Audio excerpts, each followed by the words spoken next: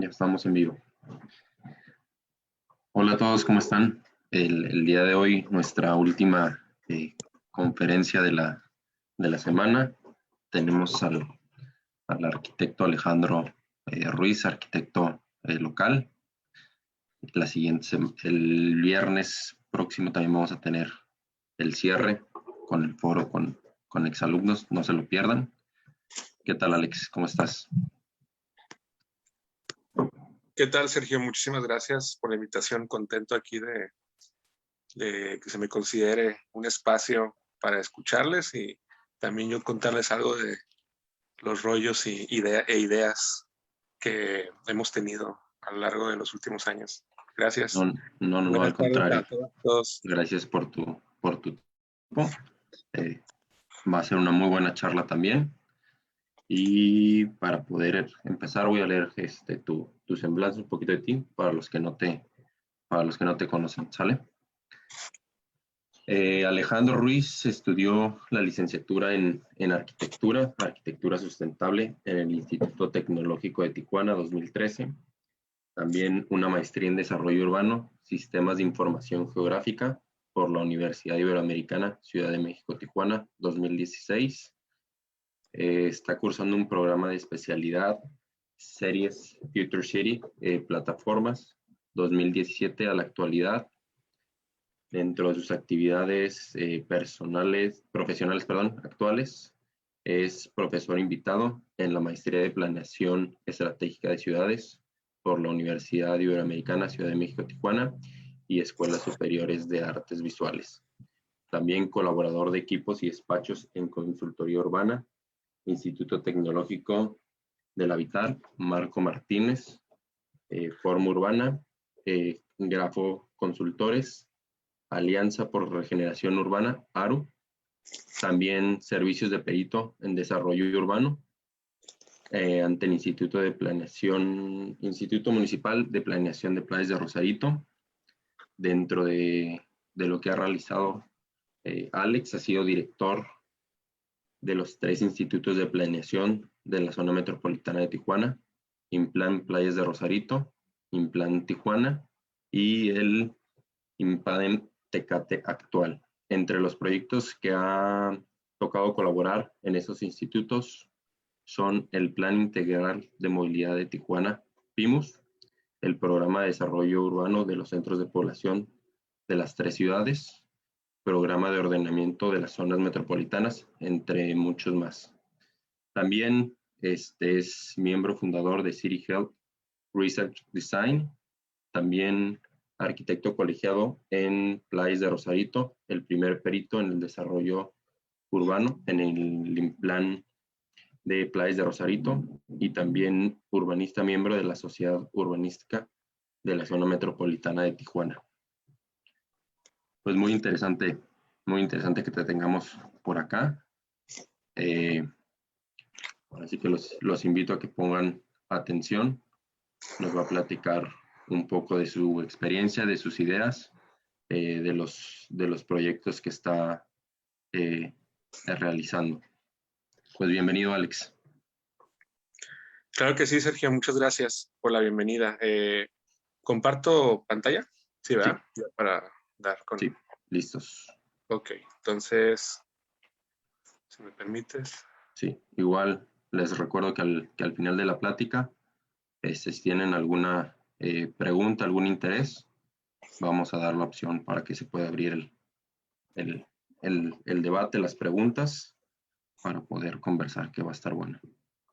Gracias. Listo. Pues muchas gracias, Sergio, de nuevo. Muchas gracias a la maestra Sudisaid también y a la Ibero. Suena como muy solemne y sí, definitivamente este espacio requiere su solemnidad. Es muy importante que estudiantes de arquitectura se organicen este tipo de actividades. Yo me siento honrado, me siento feliz de que algo de lo que yo a veces digo, de las cosas que a veces invento, sea motivo de plática o de interés para un panel tan nutrido y una audiencia tan nutrida como la de ustedes. No lo hagamos tan solemne, que sí lo merece, desde luego, pero la verdad es que lo que traigo aquí para compartirles es la segunda edición de una plática que di anteriormente el año pasado. Es, digamos, una revisión a lo que ya había presentado antes. Y es un conjunto de ideas, recuentos de anécdotas personales y de ideas personales, con el apoyo de muchísima gente. Mucho de lo que aquí se va a platicar realmente se ha hecho en equipo con mucha gente. Y bueno, de hecho es probable que gente aquí conectada advierta o se identifique con cosas que aquí van a aparecer, porque ustedes me apoyaron a que esto saliera o ustedes participaron de alguna manera en esto, ¿no? Entonces, la verdad es que esta es una plática que si bien se me invita como miembro de un instituto de planeación, como por ser académico, yo quiero, si me lo permiten, poner sobre la mesa algunas provocaciones, algunas ideas y no dejarlo tan en el campo de lo institucional, ¿no? Yo preferiría plantearles algunas ideas y que ustedes tengan la confianza de reaccionar a ellas, ¿no? Entonces, ese es el esquema que propongo. No sé, Sergio, si te parece bien eh, o está fuera de lugar. A mí me gustaría que así fuera. Ojalá no haya ningún problema. Al contrario. Creo que, creo que le das ese toque y sí, adelante. Perfecto, va a estar bueno las provocaciones. Y así que los invito a que se sumen al final para que podamos pues platicar un poco de tus ideas, ¿no? Y las provocaciones. Gracias, Sergio. Listo. Pues miren, para hacerlo como muy rápida la presentación y más bien que ustedes me planteen algunos conceptos y yo también reaccionar a ello, a lo que ustedes planteen. Yo aquí traigo para ustedes algo que yo me estoy la verdad es que yo me quisiera abrir hacia ustedes y plantearles, primero que nada, lo que yo le llamaría self-proclaimed theoretical basis, es decir, los sesgos, ansiedades y mis propios deseos e ideas que contaminan, y me gusta que lo contaminen, la visión de lo que yo tengo. Lo que yo tengo, lo que yo digo, lo que de alguna manera en trabajos de planeación urbana, en trabajos de arquitectura hago, está contaminado por sesgos y está contaminado por ansiedad y está contaminado por ideas y deseos míos. Entonces, eso me gustaría como arrancar de eso, porque eso es algo que no lo puedo evitar, no lo puedo escapar, ¿no? Es una realidad mía. Y a mí me gustaría como invitar a que hagamos ejercicio de qué tanto de lo que decimos y qué tanto de lo que planteamos realmente está también como contaminado, atravesado por este velo de sesgos y ansiedades personales, ¿no? De ahí me gustaría platicar muy brevemente algunas experimentaciones tempranas, principalmente a través de ejercicios académicos y profesionales. Y aquí es donde voy a hablar un poquito de lo que el Instituto de Planeación de Tecate está llevando a cabo ahorita, pero también voy a hablar de otros temas.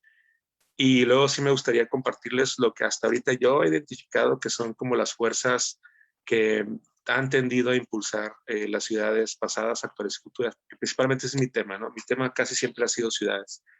Entonces, a lo largo de estos últimos 12 años, más o menos, yo he ido identificando ciertas fuerzas que pueden tener otro nombre, pueden tener otra lectura, pero creo que estas son las fuerzas que mueven de alguna manera las ciudades. Y eso lo comento porque ayuda a entender o a interpretar muchas cosas que derivan de estas fuerzas, ¿no? Digamos que son como fuerzas primigenias, ¿no? Como fuerzas primitivas, básicas de las ciudades. Entonces, eso es desde mi punto de vista. Vamos a ver qué reacción tienen a ello, ¿no?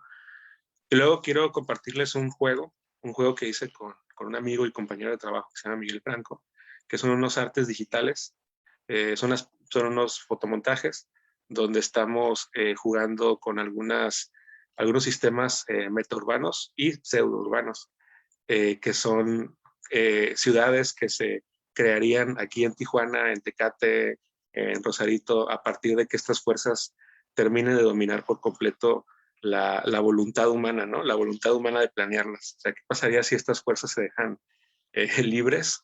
Y bueno, son como ejercicios muy sarcásticos de cómo pudiera ser en un futuro, en 100, 1000, 10,000 años, el futuro de ciudades que ahorita conocemos, ¿no?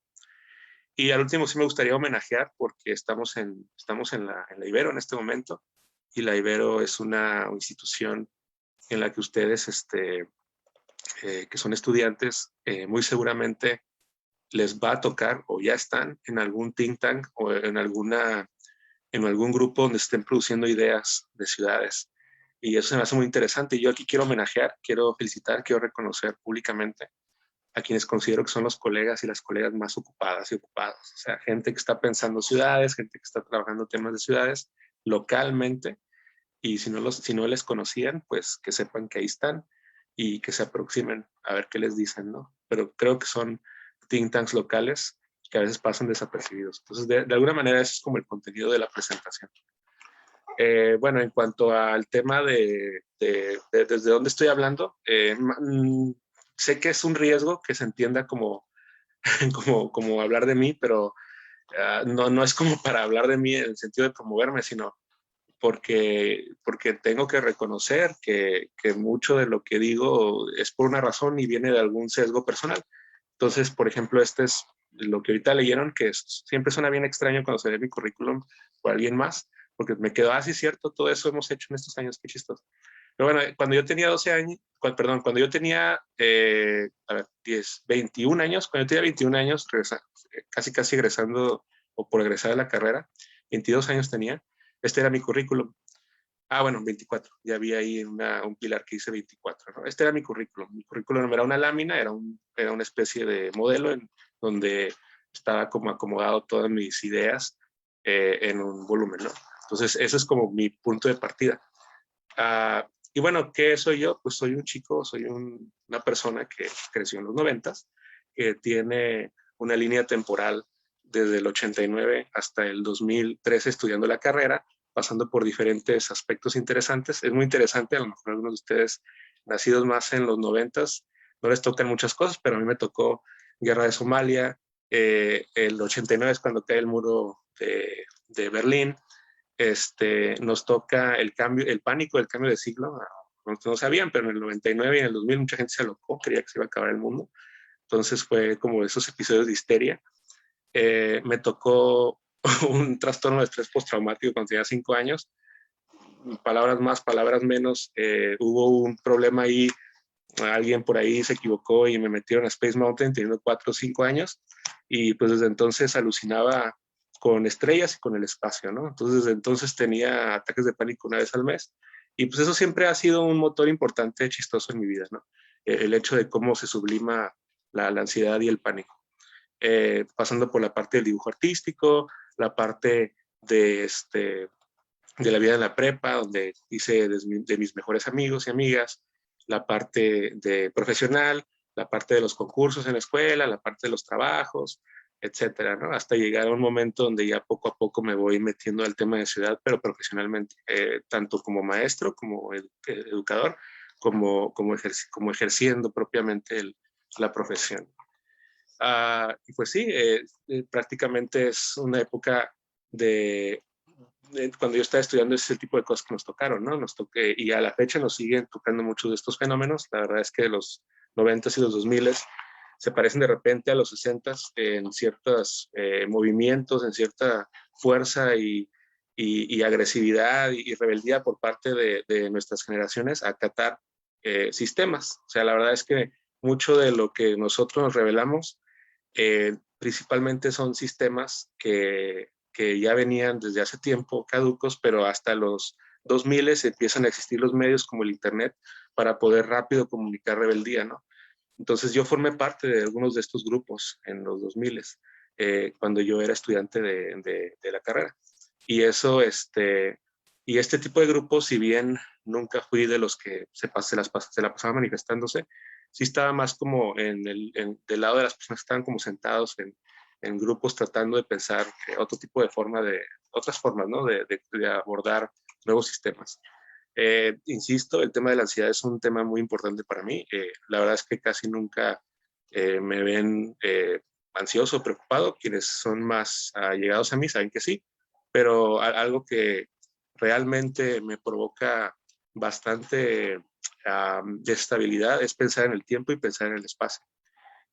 Para mí, desde muy niño tengo pesadillas con el tiempo y pesadillas con el espacio.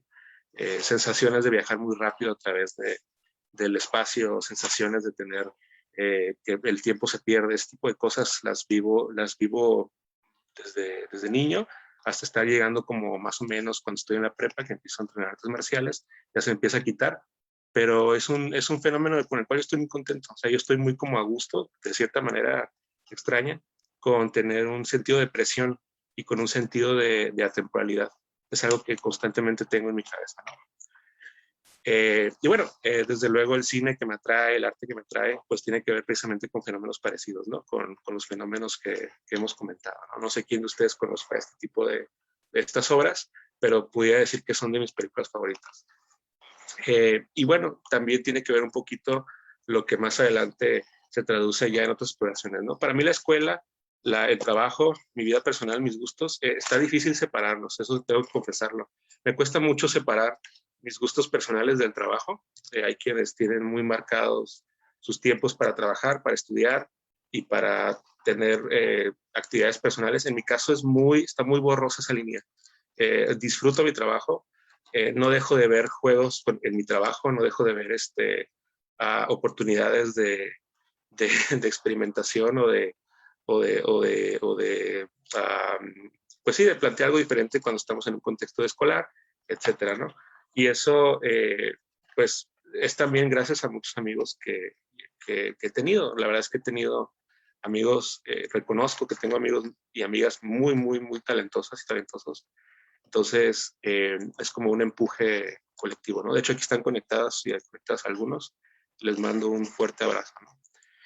Y bueno, tampoco ha estado separada la noción positivista o estructurista de la vida. En el caso de la arquitectura se nos tiende a enseñar las cosas por separado, pero para mí siempre fue como, bueno, ¿qué tiene que ver todo con todo, no? ¿Qué tiene que ver diseño con estructuras? ¿Qué tiene que ver todo esto, no? Entonces, para mí en la escuela, mis proyectos como estudiante siempre traté de resolverlos desde todos los puntos de vista, ¿no? Simultáneamente. O sea, que no hubiera un punto débil estructural, que no hubiera un punto débil de algún tema, ¿no?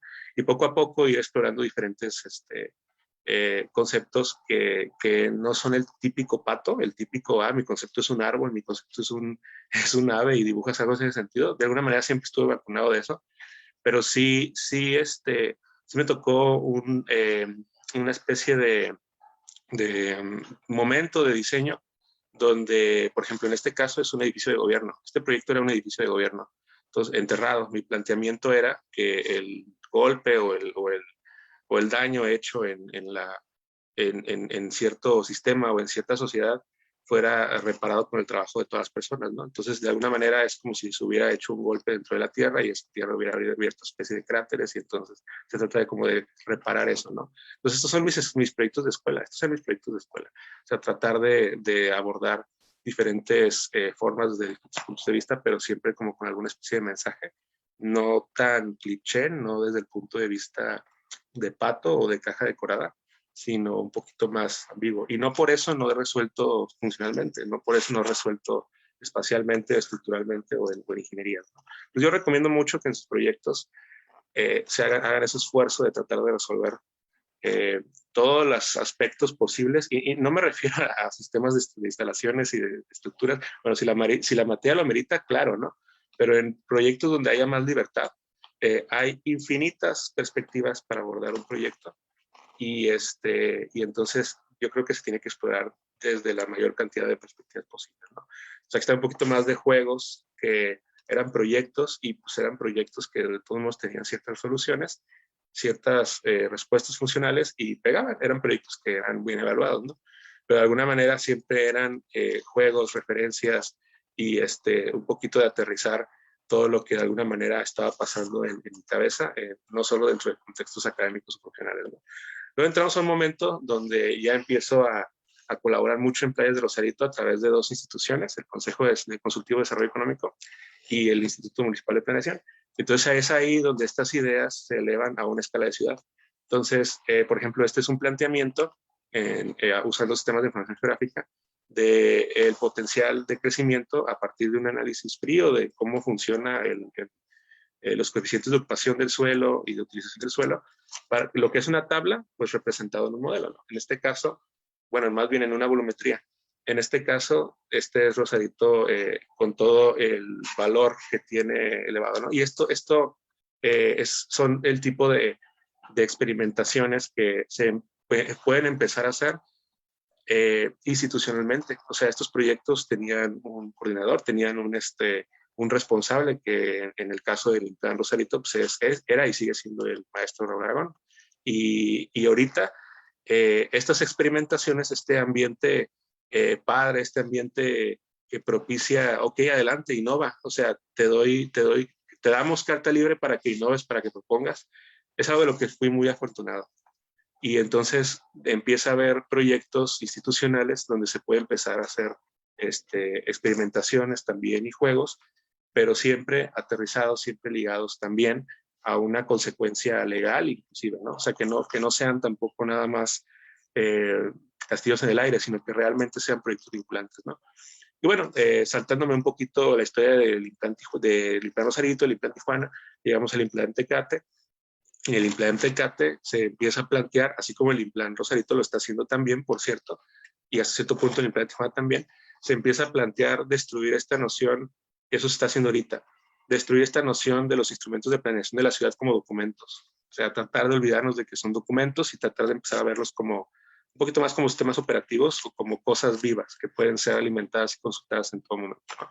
Entonces empiezan a crearse páginas de internet donde se pueden descargar y consultar más a detalle instrumentos de planeación, ¿no? Esto es algo que el Plan Rosarito hizo de manera espectacular, lo están presentando en estos últimos días. El implante Tecate también se está haciendo algo de eso. Pero bueno, la idea es precisamente tratar de cambiar el formato en que se presenta algo, ¿no? Entonces, eso tiene sus consecuencias, ayuda a difundir mejor la información. Y bueno, cuando hablo de planeación de ciudad tradicional e institucional, ¿a qué me refiero? Si a ustedes no les ha tocado hacer algún plan, porque son estudiantes, les recomiendo que un día participen en la elaboración de un plan institucional que tenga la finalidad de publicarse y convertirse en ley. Por ejemplo, esto es una zonificación primaria. La zonificación primaria es lo que la ley marca que se tiene que hacer para un territorio donde se van a definir las áreas urbanizables y no urbanizables, es decir, las áreas donde sí se puede construir y las áreas donde no. Entonces, aquí en este mapa estamos viendo de rojo todo lo que en Tecate no es urbanizable, es decir, todo aquella superficie donde es ilegal, es corrupción, es irregular, es informal, construir o autorizar construcciones. Entonces, este programa tiene un proceso, tiene un algoritmo de alguna manera que lleva a que así sea, que sea exportado, que esa superficie es, no otra, ¿no? Ese píxel es o ese metro cuadrado es. Entonces, eso es planeación. Planeación es agarrar la cartografía, agarrar los volúmenes, bueno, ya sea la cartografía en nivel, digamos, 2D o plano, pero también en 3D, porque hay consecuencias también por volumetría, y también en cuestiones espaciales, y decir qué va a pasar en cierto píxel de ese mapa. Y esto tiene un carácter vinculante, eso es de carácter obligatorio.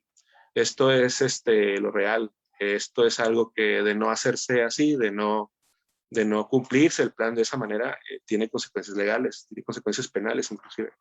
Entonces, es como si hiciéramos un proyecto arquitectónico donde si decimos que esa es la zonificación, esa es, y chin, chin, el que se raje. Entonces, los programas de desarrollo urbano tienen estas características. Entonces, este es un área de áreas urbanizadas no urbanizables, este es de los usos de suelo, con esto funciona el control urbano para dictaminar el uso de suelo, y también los planes y programas contienen instrumentos, ya sean normativos, de control, financiamiento o de participación ciudadana, ¿no? En el caso de Tecate están proponiendo 33 instrumentos, y estos instrumentos son políticas públicas que toman vida al momento de que estos planes se aprueban y se publican y se convierten en algo en la realidad, ¿no? Por ejemplo, un instrumento muy, muy famoso que se aplicó en México es la Autoridad de los Espacios Públicos. Entonces, la autoridad de los espacios públicos es un ejemplo de un instrumento propuesto desde un programa que va a tener una consecuencia en que el gobierno municipal o el gobierno estatal o quien sea, ahora va a funcionar de otra manera. Entonces, eso se hace desde la planeación. Y esto es algo que pasa bastante desapercibido por la mayoría de la población. La mayoría de la población no tiene noción de que estas cosas están ocurriendo y entonces hacen sobregeneralizaciones y entonces de alguna manera se merma la capacidad que tienen, no los planes, porque los planes ahí están y si no se cumplen y alguien denuncia hay consecuencias. Más bien la capacidad de que se articulen fuerzas que ya existen. O sea, hay fuerzas que ya existen que pueden hacer cosas con ellas y no se articulan porque no se conocen, ¿no?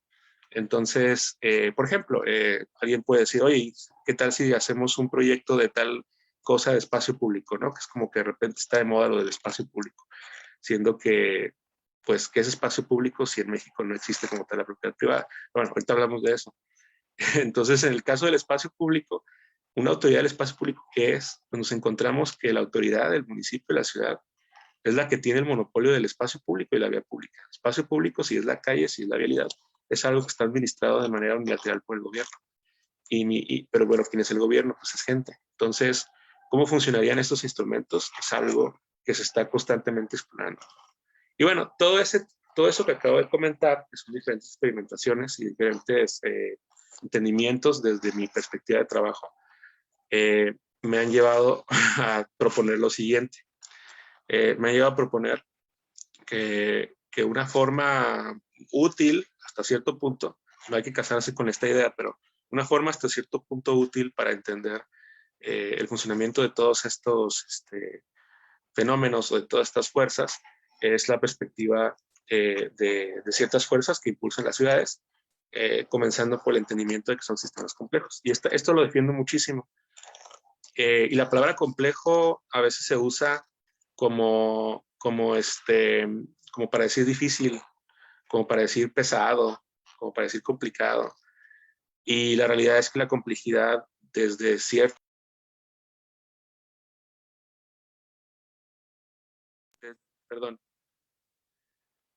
desde cierta perspectiva que es que está bastante documentada, pues es una agrupación precisa de elementos, una estructura con cierta durabilidad y estabilidad y un surgimiento de propiedades emergentes, ¿no? Entonces de ahí vienen los objetos o los fenómenos que nos interesa estudiar para los temas complejos. Y las ciudades son sistemas complejos.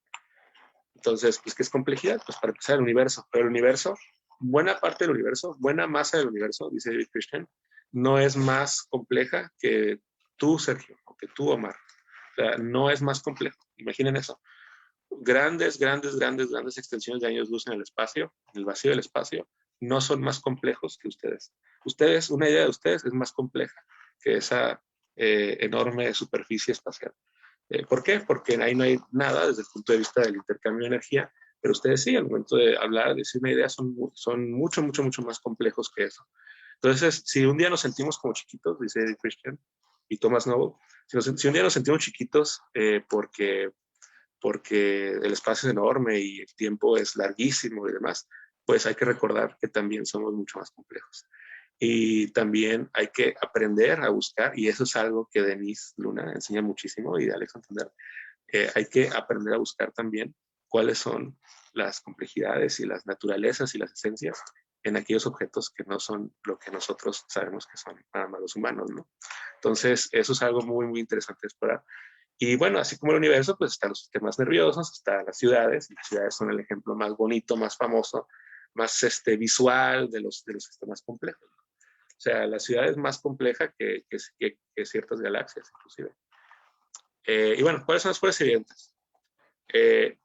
Si lo quisiéramos como acomodar en un modelo, por un lado están las personas y grupos de personas, por otro lado está el ambiente natural y construido, por otro lado están los mercados, y por otro lado están las instituciones y sus reglas, ¿no? Y bueno, hay muchas otras fuerzas, hay muchas otras, me queda claro, pero estas son las cuatro que, con las que más constantemente me toca a mí analizar o entender por algún objetivo, por algún tema.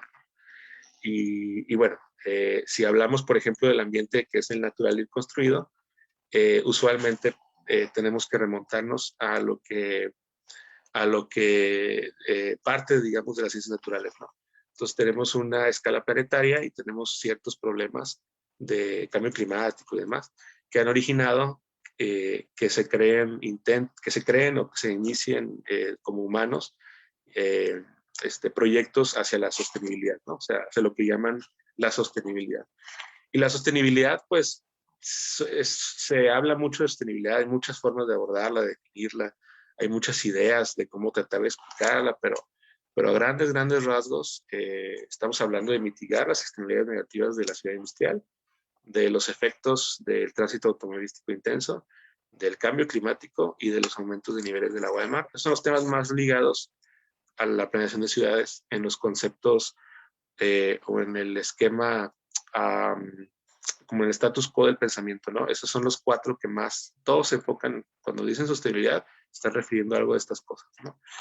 Y yo creo que es mucho más que eso, y también muchos de ustedes saben que es más de esto, ¿no? Pero eso es lo que más tradicionalmente se habla en términos de sostenibilidad. Y bueno, habría que definir cuáles son, remontarnos a la ciudad. Entonces, algo que a mí me gusta siempre recordar es cuáles eran las características de la ciudad preindustrial. Entonces, en el caso de la ciudad preindustrial, hay que recordar que era la muralla, la red, el eje, la plaza o cuadro, el claustro, y pues que hay ejemplos muy diferentes entre Oriente y Occidente, así como en culturas americanas, que abordan estos conceptos, pero que también tienen otros conceptos que no son los occidentales o no son los europeos, que no se han terminado de entender y no hemos nosotros identificado. Por ejemplo, si es el muro, la plaza, el eje o el claustro en Europa, ¿qué pudiera ser en Mesoamérica? ¿Qué pudiera ser en Monte Albán? A lo mejor también es el eje y también es la plaza, pero ¿qué tal si no es plaza como tal? ¿Qué tal si es observatorio? ¿Qué tal si es otro tipo de cosas, ¿no? Entonces también estar como observando diferentes culturas orientales, mesoamericanas, africanas, desde el punto de vista de Europa, y tratar de estar viendo en todos lados plazas, claustros, ejes, calles, redes, es un poquito problemático, lo cual me lleva al comentario de que si vamos a hablar, por ejemplo, de ciudades, por ejemplo, de calles o de movilidad o de espacios públicos, pues hay que discutir, hay que sentarnos a discutir de qué estamos hablando, porque no es lo mismo hablar de espacio público en una cultura, en una cosmovisión, por ejemplo, tijuanense, a una cosmovisión propiamente madrileña o propiamente de Barcelona, ¿no? Y no lo va a hacer. Un poquito, va a ser infructuoso tratar de aterrizar conceptos globales o que pretenden ser globales cuando hay otras lecturas que se tienen que hacer de los diferentes casos y de los diferentes tiempos, ¿no? Por ejemplo, en Europa, la razón una buena manera de mantener la sostenibilidad de las ciudades medievales era por medio de la defensa ante el conflicto, por medio de la muralla, por medio de la protección. En el caso de Roma era la expansión, era el crecimiento constante y el trazo a través de diferentes hitos para conectar puntos de interés, o por lo menos eso es lo que la historia cuenta, ¿verdad?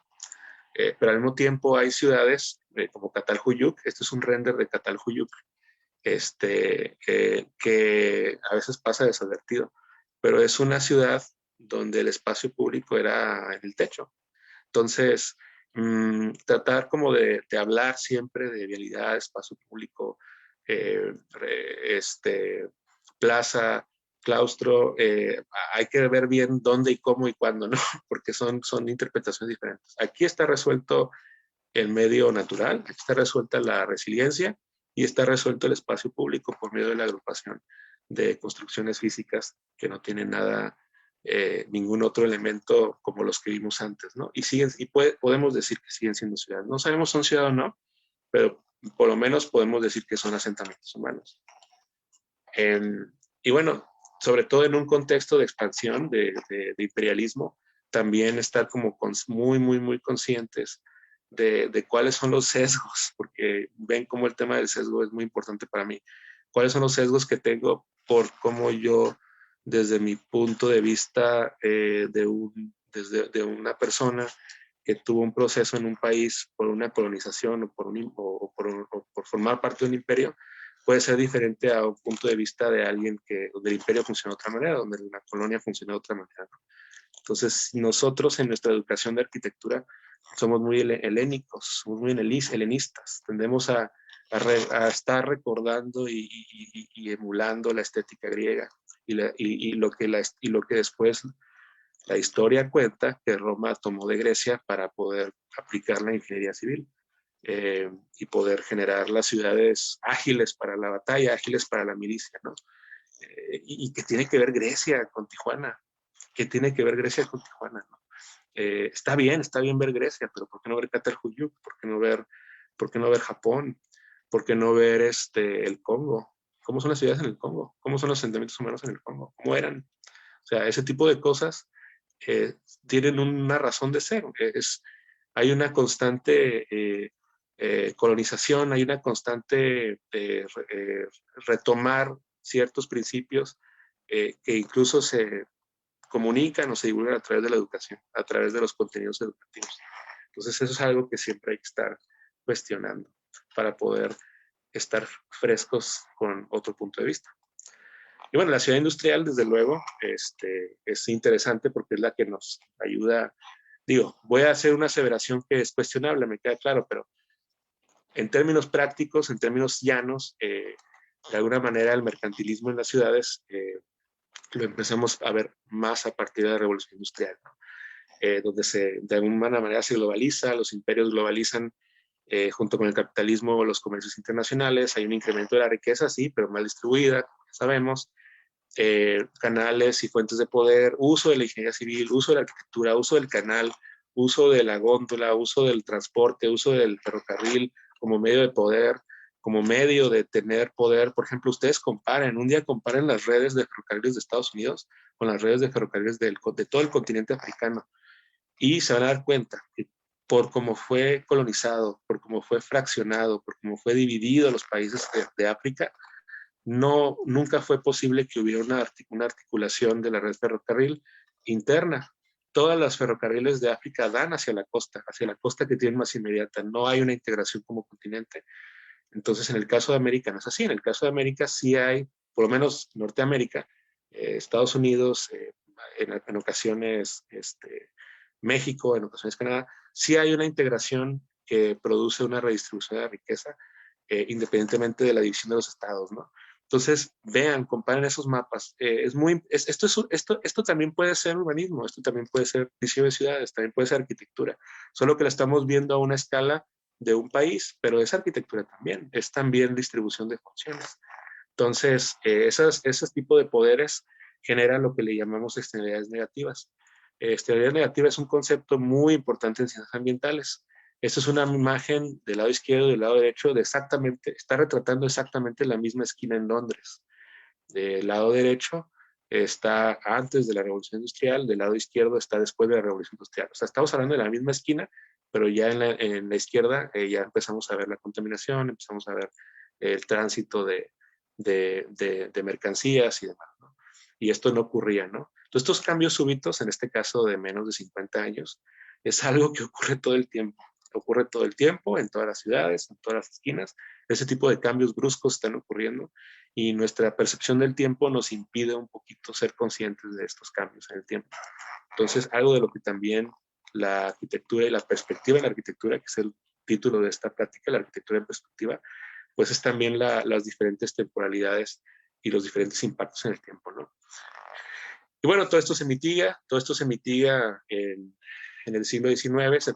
En el siglo XIX empieza a surgir un paisajismo, empiezan también a cambios importantes después de la Revolución Industrial, empiezan los tiempos de guerra, de posguerras, las guerras provocan la necesidad de aceleradamente replantear y reconstruir ciudades y reconstruir vivienda.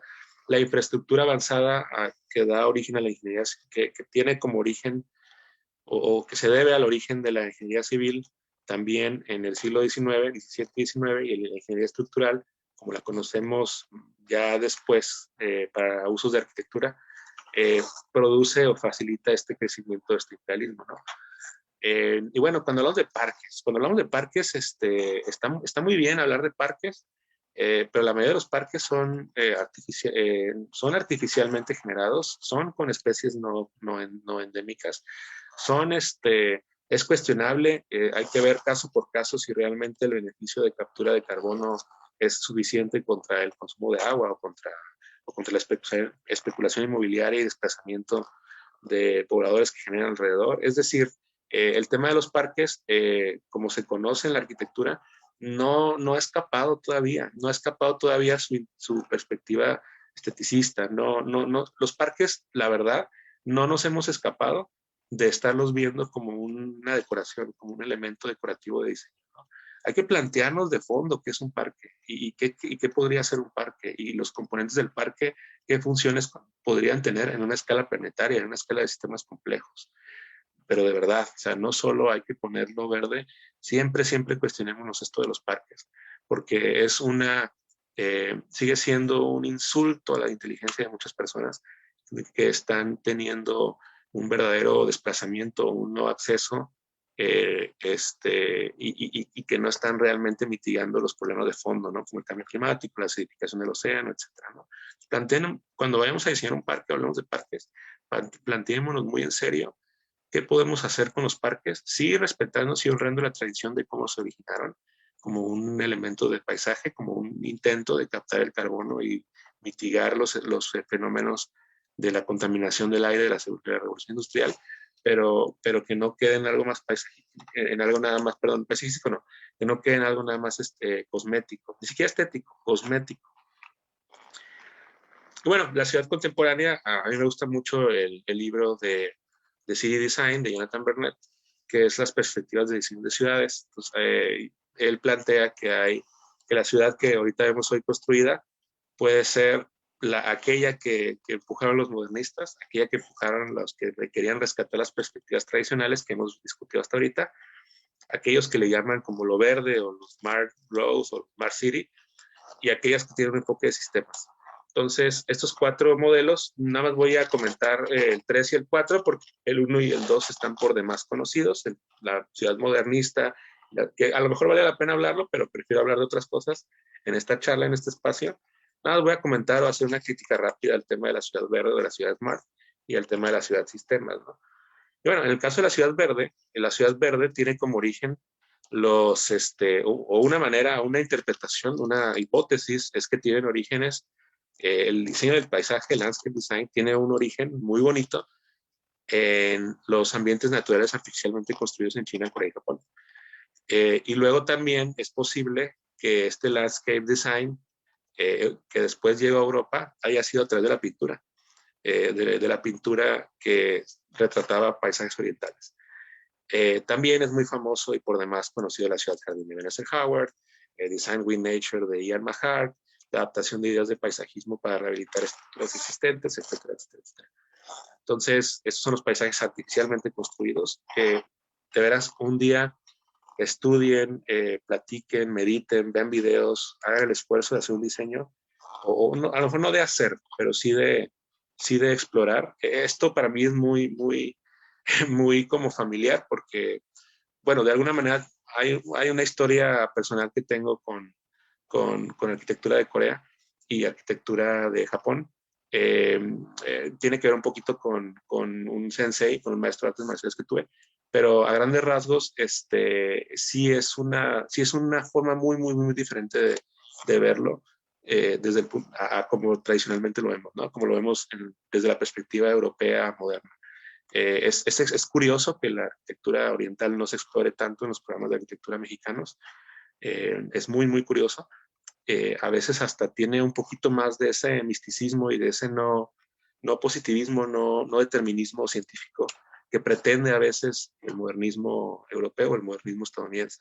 Ese funcionalismo, ese estructuralismo que se quiere generar una estructura y una función y un sistema, ¿no? O sea, también hay como algo de deja respirar a los camis, algo de deja de acomoda esas rocas para que pueda existir una buena, un buen ambiente que también va a estar compartiendo con objetos, con seres que no son visibles para ti, que tiene la arquitectura oriental, a ciertas arquitecturas orientales, que no se ve en la arquitectura europea o en la arquitectura estadounidense, o en la arquitectura, pero sí pudiera verse en la arquitectura mexicana. Entonces aquí está un ejemplo de lo que ocurre en las pinturas orientales. Del lado izquierdo, una pintura china retratando un paisaje. Y bueno, esto como supuestamente, de acuerdo a los teóricos, por ejemplo, Gary Hack habla mucho de que a lo mejor, por ejemplo, en el lado derecho, que está esta pintura donde la arquitectura gótica, una catedral evidentemente francesa, gótica, es reclamada eventualmente por el medio natural. Y por el medio natural nos referimos a la vegetación simplemente, ¿no? A la vegetación sin una supervisión humana, ¿no? Pudiera ser como algo de lo que apantalla y lo que inspira tanto a los paisajistas. Y bueno, después se tienen ejemplos de paisajismo que son interesantes de estudiar, pero por razones muy diferentes a las que usualmente asumimos. Usualmente pensamos que el paisajismo tiene que ver con lo verde, con lo sustentable, le decimos, ¿no? Lo verde, lo ecológico, no sé qué. Bueno, en el caso del High Line de Nueva York, tiene más bien un impacto social y económico que propiamente de captación de carbono o ambiental. O sea, esto es un espacio público desde el punto de vista de espacio caminable y de espacio de recreo, pero también de una actividad económica disparada. O sea, esto produjo una actividad económica donde no había, bueno, hay que cuestionarnos si realmente tiene que ver con los principios de paisajismo que se pregonaban al inicio. Y bueno, México tiene ciertas ciudades de México, por ejemplo, Ciudad de México, tienen una herencia de esta tradición paisajista, es importante saberlo, pero está en tela de juicio ver esos nuevos parques como son, ¿no? Esos nuevos espacios verdes o naturales y esos nuevos espacios de paisaje como son, ¿no? Está en veremos. Yo propongo que escapemos un poco de la noción tradicional de parque, sí retomemos ciertas cosas útiles, pero el campo el área de oportunidad es bastante grande y hasta ahorita no han surgido iniciativas diferentes, ¿no? Y bueno, también Jonathan Bernard habla de los sistemas. Los sistemas se pueden entender desde el punto de vista estructural, como nuestro querido Buckminster Fuller, pero también se puede entender desde el momento en que la computación empieza a tener un juego importante en la arquitectura. Desde cierto tiempo para acá, la arquitectura empieza a interesarse en la computación y la computación en la arquitectura.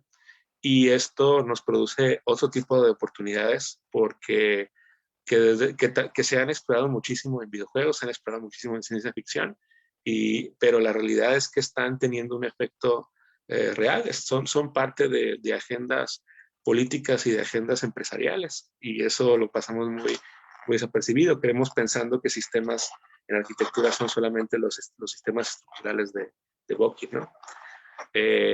Y eso es lo que se nos enseña. Es muy importante esto sí vale la pena de nuestra herencia occidental. Algo de lo que vale la pena mucho de la arquitectura occidental es precisamente aquello que fue producido desde mi punto de vista, de lo que más vale la pena en la arquitectura occidental es aquello que fue explorado con una perspectiva de sistemas, con tratar de entender los diferentes objetos, estructuras y interrelaciones, porque por lo menos es un poquito más libre, ¿sí? Podría decirse, de aquella herencia de arquitectura que era necesariamente colonizadora o imperialista, ¿no? Sí hay algo de imperialismo y colonización con este tipo de cosas, claro que sí, pero por lo menos hay un poquito de flexibilidad. Y bueno, llegamos a un punto muy interesante donde esto es mi idea, esto es mi perspectiva, donde yo he encontrado esfuerzos muy bonitos, muy interesantes de post-sistemas, de tratar de hablar de post-sistemas. Entonces, hay por ahí esfuerzos, hay por ahí ideas que están trabajándose para precisamente hablar de lo que pudiera ser mucho después, ¿no? Y bueno, vamos a hablar un poquito ahora del mercado. El mercado tiene que ver con esta estabilidad macroeconómica, con crecimiento económico y en estabilidad macroeconómica, en el caso de América Latina y el Caribe, pues tiene que ver con políticas cambiarias con inestabilidades de crisis en macroeconomía, con restricciones, y en el caso de crecimiento económico, tiene que ver con la inversión privada y qué restricciones tiene, recursos naturales, infraestructura para el desarrollo y productividad. Entonces, ¿vieron cómo cambia el lenguaje de golpe? O sea, ahora estamos hablando en términos de mercado, y el mercado, a grandes rasgos, en América Latina y el Caribe, es un gran juego, un gran sistema, un gran video, ni siquiera es un videojuego, es un juego de mesa. Es un juego de mesa con gente enojona. Es un juego de mesa donde hay gente que se enoja y golpea la mesa y se sale de jugar, y gente que negocia entre sí para poder ver cómo se friegan a alguien más del juego. Y eso es el mercado en este contexto, ¿no? En esta interpretación de estabilidad macroeconómica y crecimiento económico. Y bueno, este sistema económico se tiene que entender a través de los sistemas financieros y la relación que tiene que ver las finanzas con el derecho a la propiedad y con la economía.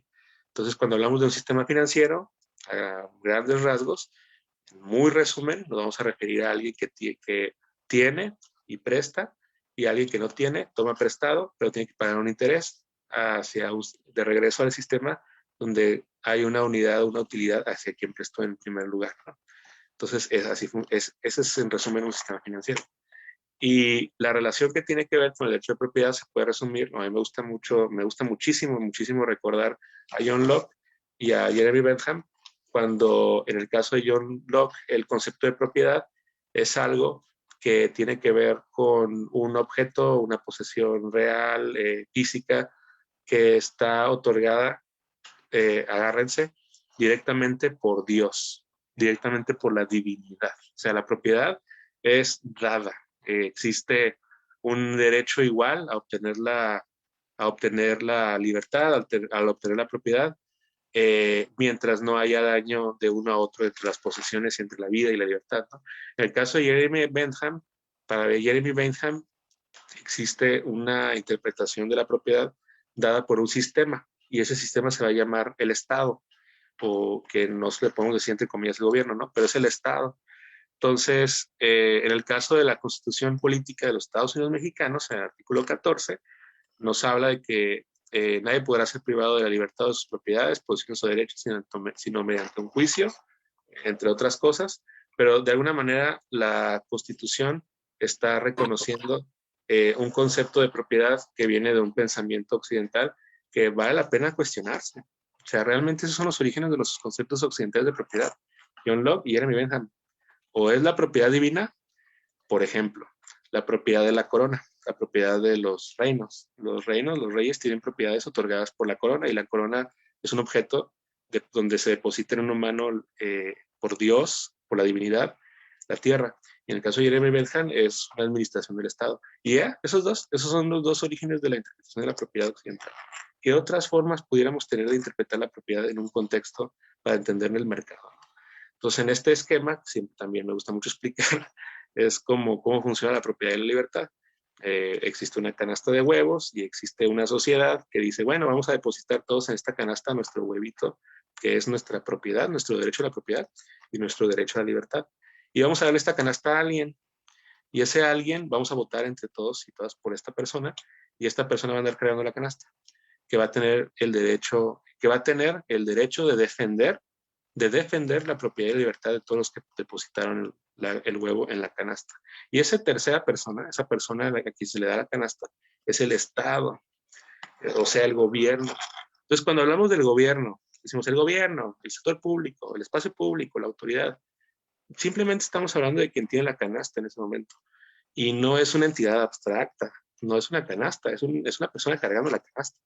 La canasta se puede caer, la canasta puede estar débil, puede reinterpretarse, no tiene que ser una canasta, no tiene que ser huevos, tiene que ser de otra manera, ¿no? Entonces, no nos casemos con ideas de propiedad, de derecho, de economía y de mercado, que tienen de repente la fragilidad tienen una fragilidad tal cual la analogía que aquí les estoy presentando. Y bueno, ¿qué tiene que ver esto con la ciudad? Porque yo les prometí hablar de mercado en un contexto de ciudades, ¿no? Bueno, pues que todas estas reglas de sistemas financieros, propiedad, mercado, nos originan que para generar proyectos de ciudad, pues hay diferentes tipos de financiamientos. Por ejemplo, ustedes se preguntarán de dónde viene el dinero para hacer ciudades, para hacer proyectos públicos de infraestructura, para hacer parques, para hacer vialidades, para hacer palacios municipales, hospitales, escuelas. Bueno, pues el financiamiento puede ser público, puede ser privado o puede ser mixto. Y si lo sacamos del sector público, muy seguramente viene de la recaudación de los impuestos, de participaciones y subsidios superiores por entidades de gobierno superior, de cuentas de inversión, y estos pueden ser aplicados por medio de subsidios directos, indirectos o también por medio de inversiones. Y también el sector público se administra por medio de una operatividad central, que son los gobiernos centrales, y por operatividades paraestatales o paramunicipales, o en algunos casos fideicomisos. Entonces, así funciona el sector público.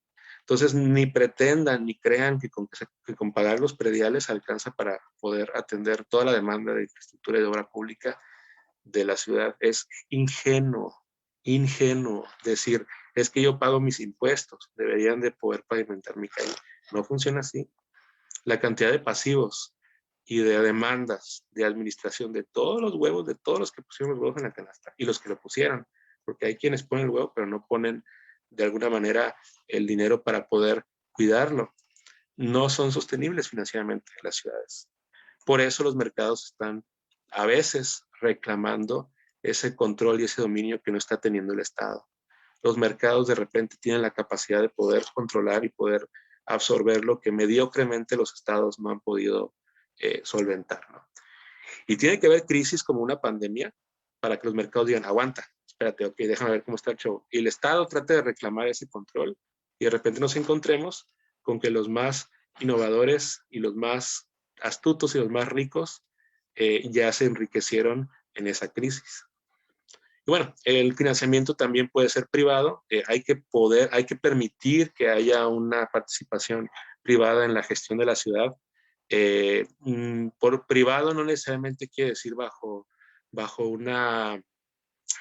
un compromiso de retornar la inversión. O sea, usualmente el sector privado espera que retorne la inversión, pero esas son inversiones y utilidades. También hay impuestos deducidos, también hay contribuciones, también hay crowdfunding, también hay participación social, también hay donaciones.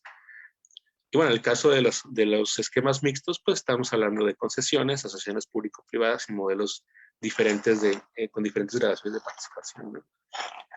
Bueno, entonces todo este mercado en México, de alguna manera, lo que llama la atención es que tenemos que recordar siempre, independientemente de cómo sea en Estados Unidos, independientemente de cómo sea en Europa o en otros lugares, en México el territorio pertenece originalmente a la nación. Entonces no existe la propiedad privada en México como tal. Lo que existe es el derecho a constituirla y a usarla, a hacer usufructo de ella, pero el Estado está en todo momento facultado para poder reclamar la propiedad privada, siempre y cuando haya un procedimiento, una indemnización, etcétera, etcétera, ¿no? Entonces, este tipo de temas se nos escapan, se nos olvidan. He escuchado por ahí que dicen que no existe, de repente, por ejemplo, en tal ciudad o en tal país no existe el espacio público. Y sí, puede ser. Y también hay ciudades donde a lo mejor no existe el espacio privado, donde no existe la propiedad privada como tal. Entonces, ¿a qué le llamamos propiedad privada y espacio público? El mercado de suelo tiene un comportamiento. Quienes conozcan a Sullivan, quienes conozcan la teoría ricardiana, van a poder recordar que tiene una dinámica de cómo se forman las ciudades, cómo se agrupan si no hay un control, si no hay una voluntad ajena al mercado, si el mercado opera solo, hay una tendencia a agrupación y a distribución central de los servicios comerciales y de ahí la vivienda, la gente rica y de ahí ciertas zonas industriales y de ahí agrupaciones de gente que vive en la industria y un crecimiento constante un constante proceso de abandono del campo, un constante proceso de abandono del campo para poder llegar a ciudades y a zonas de servicio, ¿no? Esa es la tendencia normal. Y este mapa de Tijuana demuestra que, o sea, sí hay planeación, pero lo que ha gobernado el crecimiento de la ciudad es el mercado. Lo que ha predominado, lo que ha hecho de Tijuana, la Tijuana que es principalmente el mercado. Aunque existan planes, aunque exista un proyecto del río y demás, lo que ha hecho que Tijuana crezca es el mercado. Bueno, y finalmente tenemos personas y grupos de personas, ¿no? O sea, también ya hablamos de mercado, gente, y medios naturales, medios construidos, mercados. Y bueno, también tenemos que hablar de la gente propiamente, ¿no? Y la gente, pues la tenemos que explicar o la tenemos que tratar de entender, o por lo menos yo la he observado desde el ámbito de lo político, entre comillas, desde el ámbito de lo occidental y desde lo occidental y oriental, o sea, tratar de hacer esta como, división o dicotomía, desde lo individual y lo colectivo, desde el concepto de la naturaleza y la crianza, o sea, nature versus nurture, desde el punto de vista de las actitudes que están sujetas a los sesgos cognitivos, desde el comportamiento de los individuos frente a grupos y de los diversos tipos de comunidad. O sea, creo que diferentes disciplinas, sociología, antropología, filosofía, psicología, matemáticas, biología, nos han apoyado a observar estos diferentes shades, estas diferentes sombras de seres humanos y de grupos de humanos. Y bueno, los sesgos cognitivos son estos fenómenos que nos hacen comportarnos de manera automática en ciertas situaciones sociales o en ciertas situaciones de grupo. Entonces está la atribución, está el sesgo de confirmación, está la difusión de la responsabilidad. Uno de los que a mí más me da miedo, es la indefensión aprendida. La indefensión aprendida es como el ejemplo de la jaulita con el pájaro y el elefante que está amarrado. Es la tendencia a creer que no te puedes escapar de una realidad cuando sí puedes. O sea, es la creencia genuina de que no está bajo tu control algo que está en tu entorno. Y sí, es cierto, hay momentos donde no tenemos una situación que está bajo nuestro control, pero también es cierto que hay momentos donde estamos realmente atrapados en una jaula que en realidad está abierta la puerta, ¿no?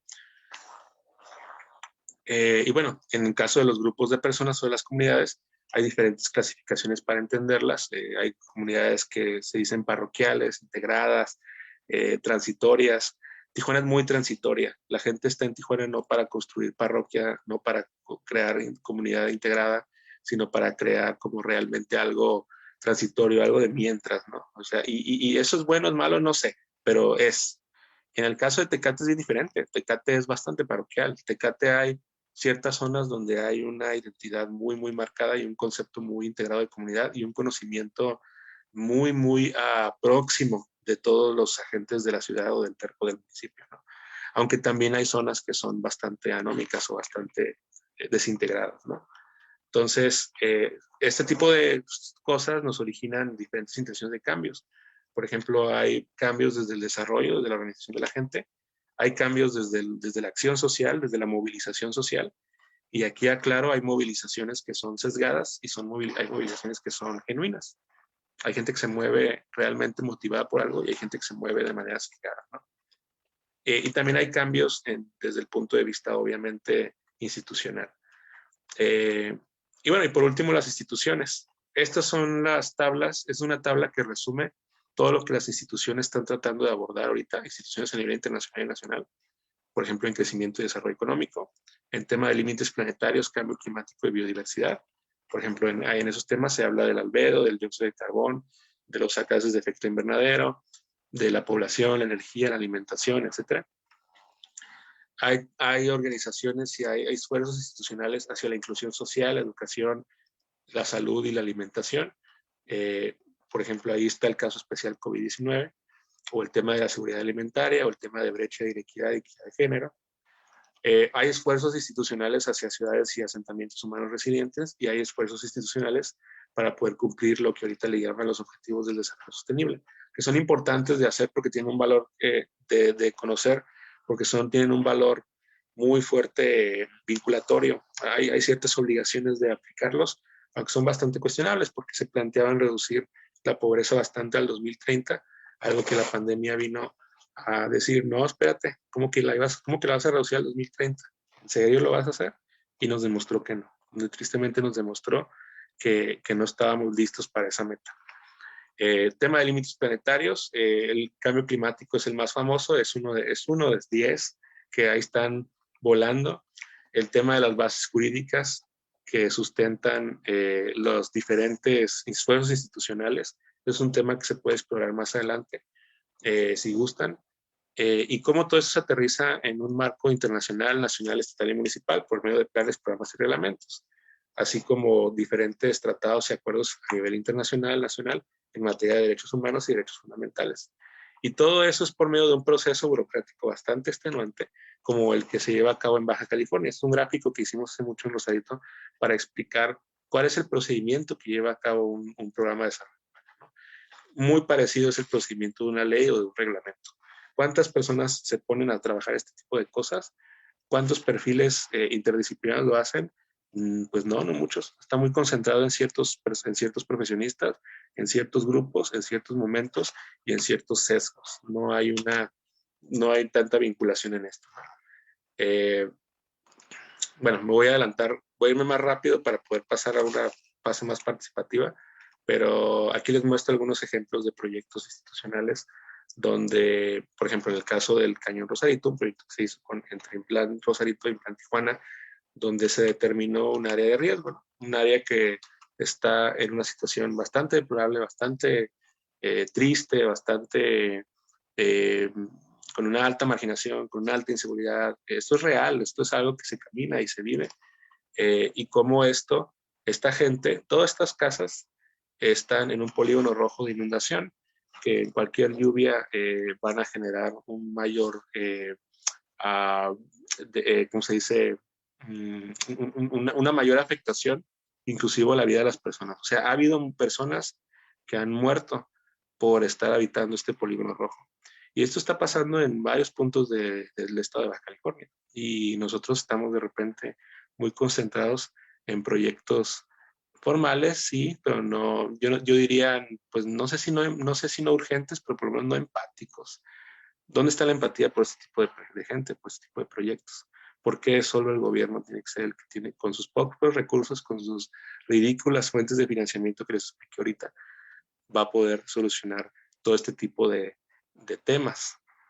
Entonces, proyectos de este tipo hay muchísimos, temas de este tipo hay muchísimos, y ahí está la gente todavía. Diferentes proyectos se han intentado, y bueno, toda la escala planetaria y toda la escala bastante larga en tiempo nos debe recordar que hay consecuencias, ¿no? Hay consecuencias por el actuar y por el no actuar urbanístico. Por ejemplo, en este plano del PDUCP de Playas de Rosarito, del lado izquierdo tienen los índices de criminalidad. Son los puntos negros donde se concentra más el delito, el crimen, los asesinatos, homicidios, robos o lo que sea. Del lado derecho pueden ver, por ejemplo, el escenario de inundación conforme crezcan los metros sobre el nivel del mar, para que eventualmente en 90 años no exista playa en Rosarito. Entonces, proyectos para abordar este tipo de temas desde la arquitectura faltan. Falta que la arquitectura se meta a hablar de estos temas, que se meta a platicar qué hacer o qué no hacer, o qué hacer diferente en respuesta a este tipo de situaciones que ahí están, que son mucho más grandes y mucho más inminentes que muchos fenómenos que a veces son meramente motivados por dinámicas artificiales, como el mercado. Bueno, ya para concluir, estos son algunos de los juegos gráficos que hicimos, inspirados un poquito en CD Design y en las ideas iniciales de Italo Calvino. Yo con Miguel Franco, yo planteo, o de alguna manera planteamos como de urban, que es, para mí de urban es aquello que es de la ciudad o relacionado con la ciudad.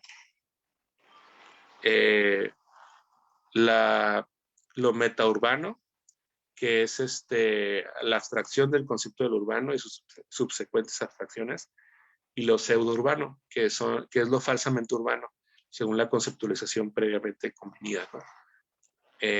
Y bueno, este es un ejercicio un poquito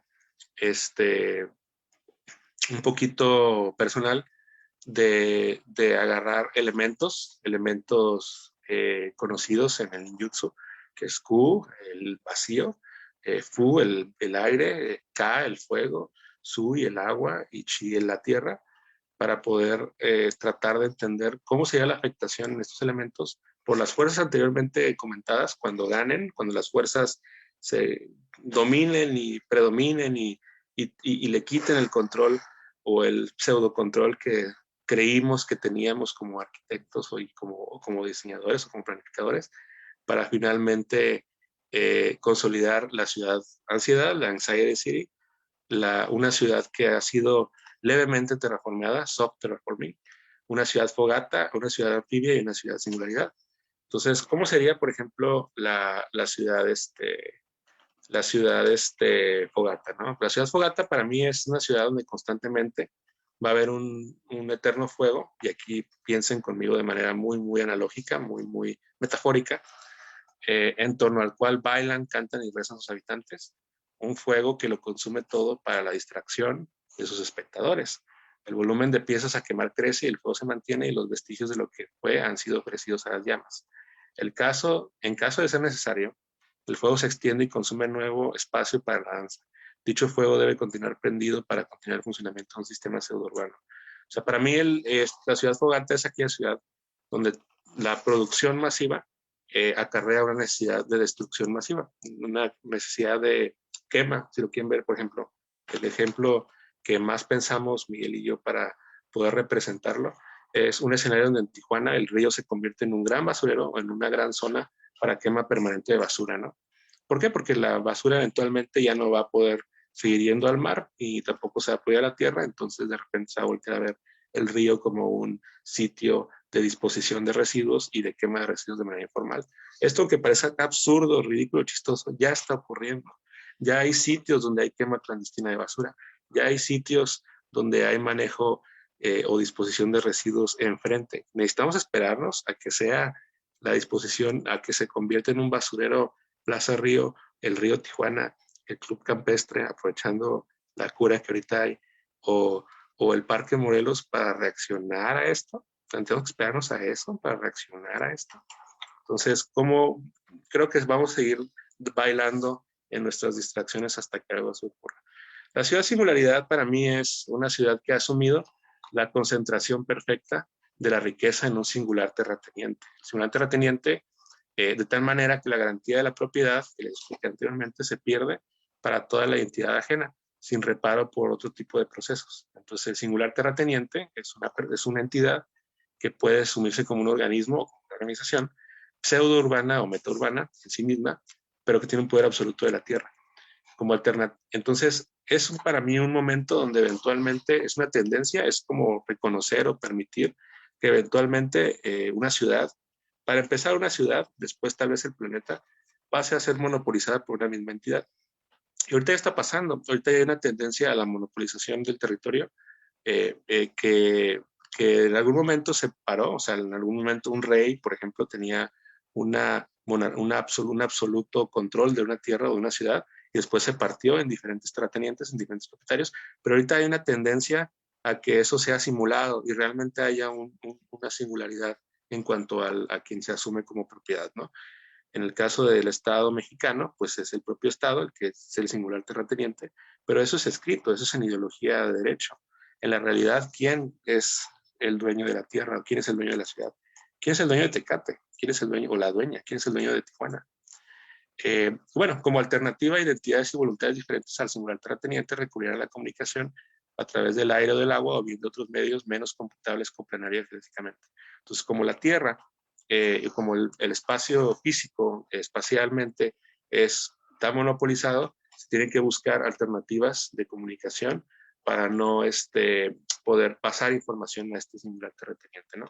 Entonces, con este esquema está haciendo como un blur hacia lo que creíamos que era propiedad dividida y realmente pasa a ser un solo plano.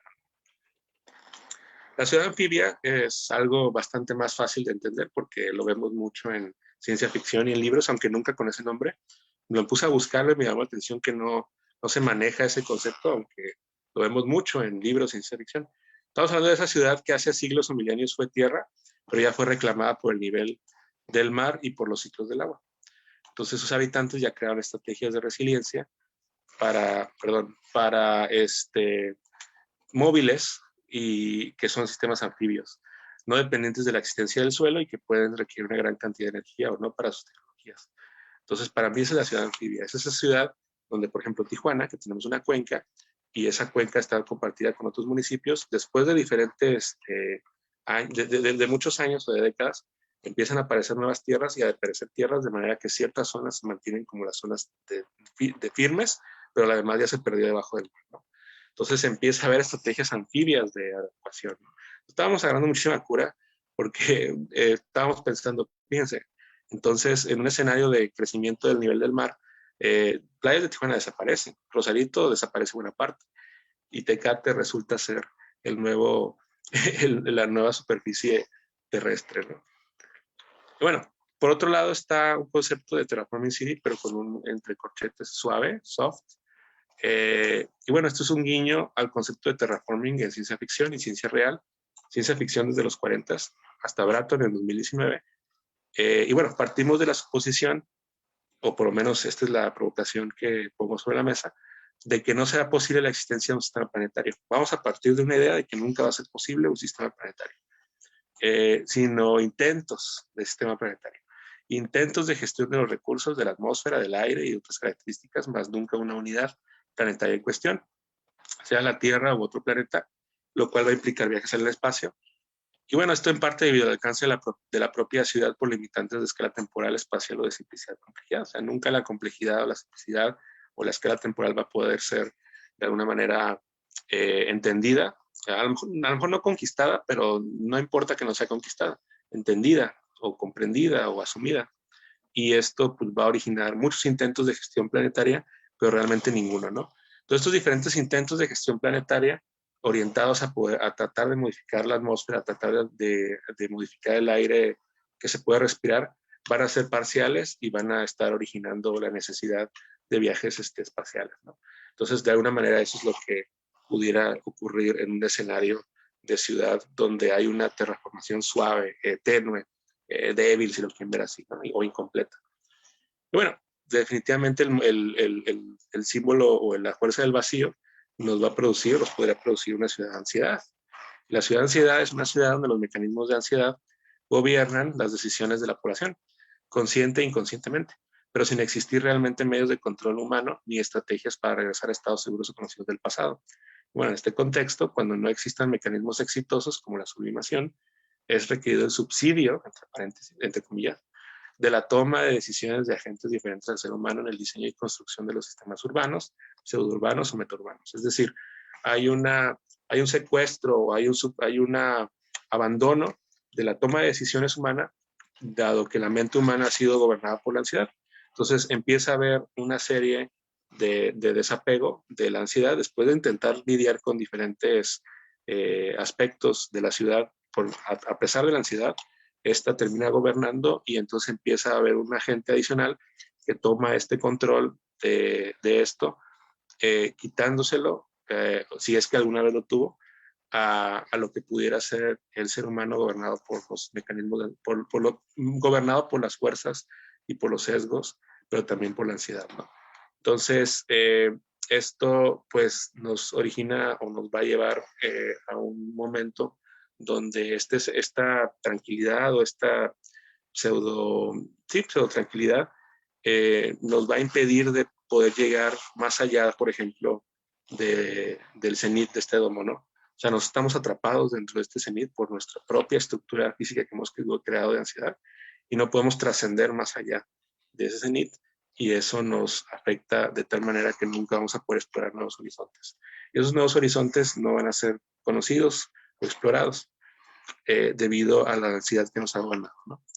Y bueno, todo esto junto puede provocar también ciudades-región, ¿no? Ciudades donde simultáneamente existen y pueden ser entendidas las múltiples identidades, sesgos y cosmovisiones de sus órganos, organismos y organizaciones habitantes. Y sistemas aparentemente contradictorios en realidad existen simultáneamente y quienes los observan lo hacen. Entonces, algo que pudiera tener esta ciudad-legión es que no existan lógicas o ideologías encontradas, o sea, todas son válidas, o sea, nunca va a haber un sí o un no, siempre sí y no. Hay ciudadanía de legiones, identidades, personas, especies, fuerzas, organizaciones. Hay una materialización física de los espacios virtuales o antes conocidos como virtuales y hay una coexistencia entre ciudades, pseudociudades y metaciudades, ¿no? Entonces, son ciudades que ocurren con todos los elementos al mismo tiempo. Bastante difícil de imaginar, sin embargo, algo que personalmente veo como muy posible o muy ligado a experiencias propias, ¿no? Bueno, concluyo con los local think tanks. No dejen de conocer los esfuerzos de City Health, donde participo, de los agentes inmobiliarios de su ciudad, de los agentes pensadores de su ciudad, de los institutos, de los gobiernos, Varsity University, de lo que estén haciendo los institutos de planeación, de lo que estén haciendo algunos despachos de arquitectura o algunos esfuerzos institucionales. No dejen de valorar a los diferentes grupos que se forman en Facebook para poder discutir diferentes temas de la ciudad, los congresos, el arte, la publicación, las convocatorias, las ideas, los ensayos, que mucha gente localmente en Baja California está pensando ahorita, conozcan todo eso, no se desprendan de todo eso, porque todo eso está hablando y discutiendo temas como los que ahorita les compartí yo, pero son algo que necesariamente se tiene que estar constantemente retroalimentando. Bueno, con eso concluyo mi presentación. Soy de ustedes para cualquier pregunta o comentario.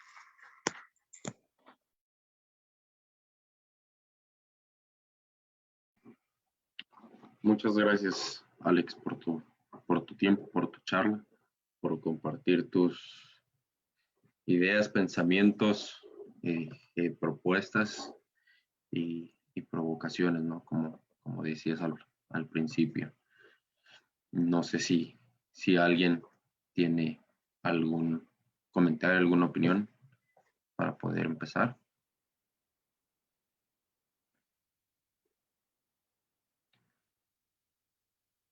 ¿Alguien? Bueno, si no yo. Yo, nomás que la estoy escribiendo. Si quieres, sí, dale tú claro. primero. No. Yo creo que para poder abrir un poco, creo que es muy interesante los planteamientos que haces, porque creo que haces muchos, desde la parte que mencionabas de replantearnos lo que es la naturaleza, ¿no? Los parques, el poder entender a fondo, ¿no? También el realizar como estudiantes proyectos más allá de las cuestiones estéticas, funcionales o formales, ¿no? Empezarlo a entender, ¿no? Y a mí me gustaría, desde la parte, ahora sí que como académico, y creo que nos serviría a los estudiantes que vamos empezando, a los que van empezando, qué pasa y sobre todo con lo que mencionabas de las jaulas, ¿no? Pero muchas veces hay jaulas que se nos imponen en las escuelas de arquitectura, ¿no? Entonces, ¿cómo empezar a desprendernos de estas jaulas, de estas ideas que muchas veces ni nos damos cuenta que nos van poniendo, ¿no? Para poder entender la realidad en la que estamos viviendo, ¿no? Y poder llegar y no necesariamente llegar a propuestas, ¿no? Sino a posibilidades. Porque creo que el llegar a una propuesta como tal, vuelves a caer en lo mismo, ¿no? Entonces, más que eso, ¿cómo podemos, o a los estudiantes, ¿no? A empezar a quitarnos como esas jaulas que a veces nos ponen. No sé si me entendí o revolví un poco.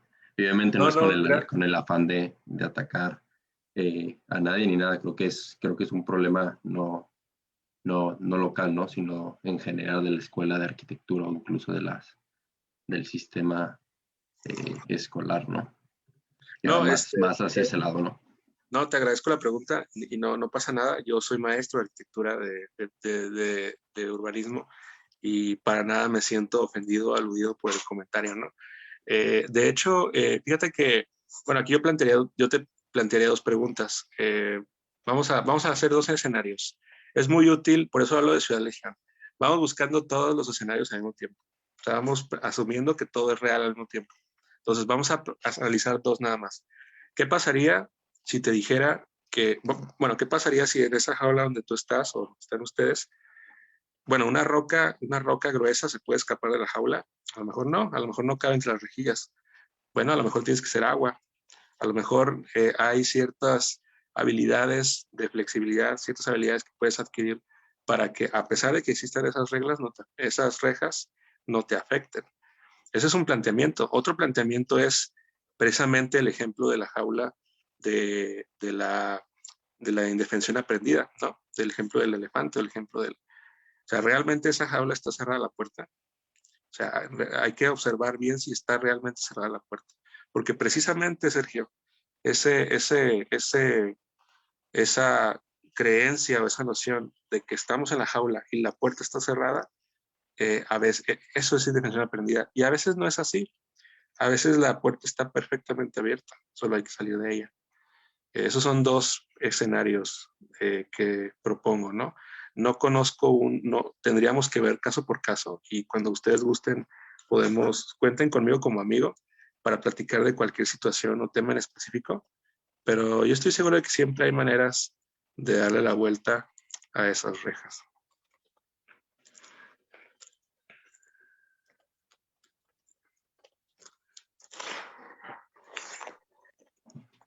Creo que comentaba alguien en el grupo, ¿no? Digo, en el chat.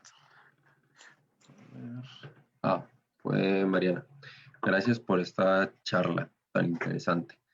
Además de las distintas perspectivas que nos acabas de compartir en cuanto a la profesión, ¿ha cambiado algo a partir de la situación de la situación pandémica? No mucho. Yo quería cambiar de opinión con la pandemia, pero lo que me pasó fue que sufrí un sesgo de confirmación y dije, sabía que la pobreza estaba mal y sabía que la riqueza estaba mal distribuida. Ven, la pandemia es evidencia de ello. Me pasó más eso que lo anterior. La pandemia me ha hecho más confirmar o reafirmar ideas que ya tenía. Pero también puedo decir con gusto que me ayudó, que ciertas perspectivas que les comenté me ayudaron a reaccionar más rápido ante la pandemia que muchas personas. Eso lo puedo decir. Bueno, a lo mejor estoy siendo bastante presumido y optimista o pretencioso, ¿no? Pero yo tengo la impresión de que entender diferentes perspectivas, ser flexible a diferentes perspectivas, me ayudó a reaccionar más rápido a la pandemia. Se pudo, por ejemplo, proponer muy rápido a autoridades municipales algunas ideas. Aquí están algunos testigos, algunos amigos que les tocó vivir el proceso. Todavía ni había semáforo rojo en Baja California y yo ya estaba todo inquieto diciendo, va a pasar esto, va a pasar esto, va a pasar esto, va a pasar esto. Y afortunadamente hallé con algunas autoridades municipales y se les pudieron presentar algunos planes de ataque. En fin, ¿no? Te lo pongo como ejemplo, ¿no? Sí, me hubiera gustado cambiar más o adquirir más ideas o opiniones con la pandemia, pero no, lamentablemente no. Confirmé muchas cosas que ya había observado y me siento un poco molesto por eso, ¿no? Yo hubiera preferido cambiar de ideas y no estar tan agarrado de mis bases y de mis sesgos.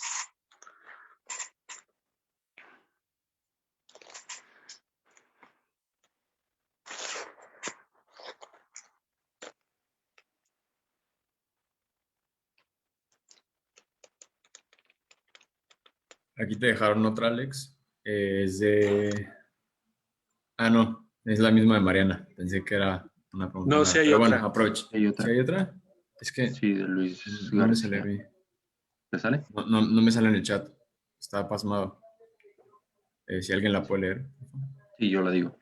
De Luis García, el diseño urbano, la planeación urbana, la arquitectura de paisaje y la arquitectura son en la mayoría de las ocasiones desarrolladas en México por profesionales de la arquitectura que se van especializando en alguna de las áreas. ¿Crees que es necesario que las escuelas modifiquen sus programas de estudio para reflejar esas especializaciones desde el nivel de licenciatura, así como ocurre en países de desarrollo? ¿Será más productivo y beneficioso de la sociedad en vez de graduarse con grandes cantidades de arquitectos en el mercado muy competitivo? Muy competido. Saludos y abrazos, Luis. Qué gusto, te agradezco muchísimo estar aquí. Mi perspectiva es que hay dos paisajismos hasta donde yo he agrupado. El paisajismo tradicional y el paisajismo que se está explorando, por ejemplo, en la UNAM y en Harvard. El paisajismo tradicional es, digamos, el que tiene que ver con el proyecto de jardín o el proyecto de uso de recursos vivos y para poder tener ciertos efectos funcionales o estéticos. Y el otro paisajismo es como que el que empezó más a partir del Landscape Urbanist Breeder, desde mi punto de vista, desde Terrafluxus y otros, como el ensayo de Terrafluxus de James Corner y otras cosas, ¿no? Para mí el paisajismo, el landscape design tiene esas dos grandes herencias y muchos otros que ahorita están explorando, ¿no? Pero esos dos son los como, digamos, más consolidados desde mi punto de vista. Yo creo que falta ser más consciente de esto, o sea, ser más consciente de estas cosas, sí desde la licenciatura, para poder decidir áreas de especialidad.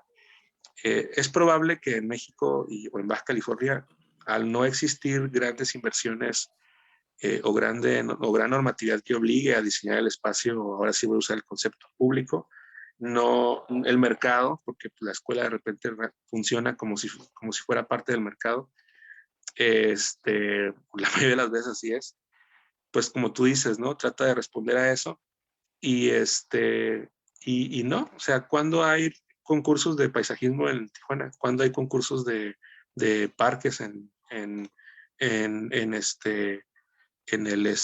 ¿cómo se llama? En el estado. ¿Cuándo hay eso? Pues no hay, y no hay recursos para hacer buenos proyectos de paisaje. Entonces, no, si nos vamos nada más por la dinámica del mercado, pues menos va a haber paisajistas a nivel licenciatura. Yo creo que sí, yo creo que siempre tiene que haber las mayores opciones, lo más heterogéneo posible en la educación. Sí, estaría genial que hubiera licenciaturas en paisajismo, así como que los estudios de arquitectura de repente se preocuparan, los que estudian arquitectura se preocuparan de repente, y también ingeniería civil y todas las carreras, por explorar a fondo, hasta derecho, que también en derecho sepan que es paisajismo, sepan que es espacio público o que es este parque, ¿no? Y también a nivel especialidad, claro que sí, pero no solo respondiendo al mercado. Los mercados se pueden crear, los mercados se pueden inducir desde la academia también. Por ejemplo, yo para empezar no quería estudiar arquitectura. Yo estudié arquitectura porque era lo que había.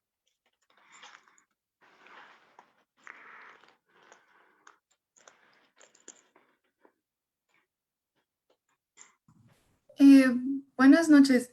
Yo quería hacer una pregunta. Pues primeramente me pareció muy interesante como toda la plática que usted dio. Como había unas partes en las que me confundía, pero luego agarraba otra vez el rollo. Y me llamó mucho la atención donde empieza a mencionar esto de los espacios públicos y como la vista de los parques, y también cuando empezó a hablar de las ciudades como la ciudad Legión y Anfibio y todo esto, que pues incluso como la anfibia se puede ver como medio lejano, pero pues con esta idea que se tiene de ir a Marte y como crear una sociedad allá, es como pues no estás debajo del agua, pero estás en el espacio. Pero bueno, eso me llamó la atención.